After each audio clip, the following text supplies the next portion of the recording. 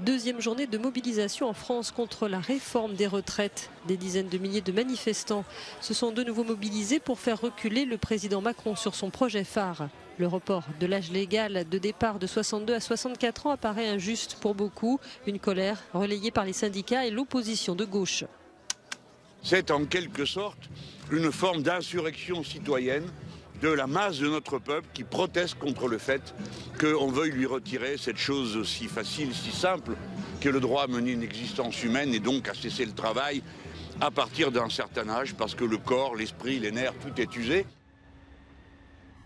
Éducation, transport, fonction publique, de nombreux secteurs sont perturbés ou à l'arrêt, même si dans l'ensemble, le taux de grévistes semble légèrement inférieur à celui du 19 janvier. Je ne peux pas participer à la manif, mais je suis tout cœur avec eux, complètement.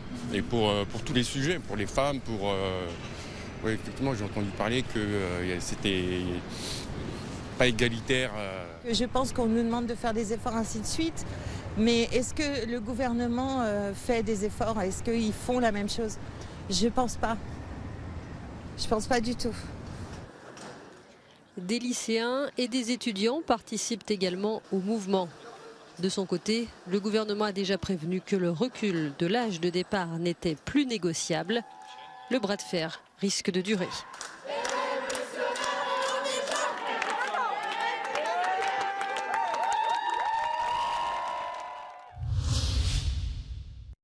L'une des prochaines batailles politiques entre les États membres de l'Union européenne se déroulera au supermarché. Dans les mois à venir, la Commission choisira un label alimentaire informatif qui sera utilisé dans toute l'Union européenne. L'évaluation est toujours en cours et parmi les options proposées figure le Nutri-Score, une étiquette à feu tricolore déjà utilisée dans 7 pays dont la France où la population semble y prêter attention. I think it's a good advice. I will look for that from now on. Ça dépend. J'achète ce que je veux, comme des huiles, je peux acheter. Vous voyez, je vais acheter ce que je veux et ce que je suis préparé depuis la maison. Je dis que je vais acheter et ça me plaît, je dois acheter. Dans le Nutri-Score, une échelle à 5 couleurs indique la qualité nutritionnelle d'un produit en considérant une quantité fixe de 100 grammes ou 100 millilitres. Les protéines, les fibres, les fruits et les légumes augmentent la note, tandis que d'autres éléments comme le sucre, les graisses et le sel la diminuent. Le résultat final variant d'un A vert à un E rouge. Beaucoup de gens n'aiment pas cela.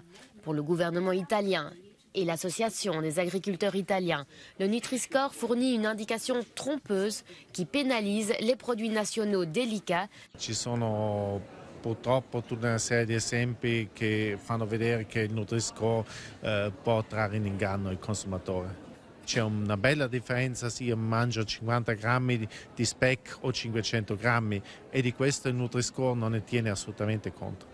Le Nutri-Score ne prend pas en compte le degré de transformation des aliments dans les additifs présents, mais uniquement leur équilibre nutritionnel.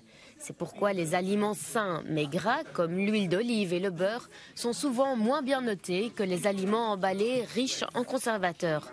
Pour ses défenseurs, cependant, le Nutri-Score a plus d'avantages que d'inconvénients, surtout si vous l'utilisez pour comparer des aliments similaires entre eux. To be efficient, a front-of-pack nutrition label must fulfill some criteria, to tick some boxes in a way, and it needs to be color-coded, it needs to be mandatory, it needs to be based on independent scientific evidence, and it looks like Nutri-Score ticks all these boxes. So that's why at the moment Nutri-Score is the best candidate for an EU-wide nutrition label in Europe.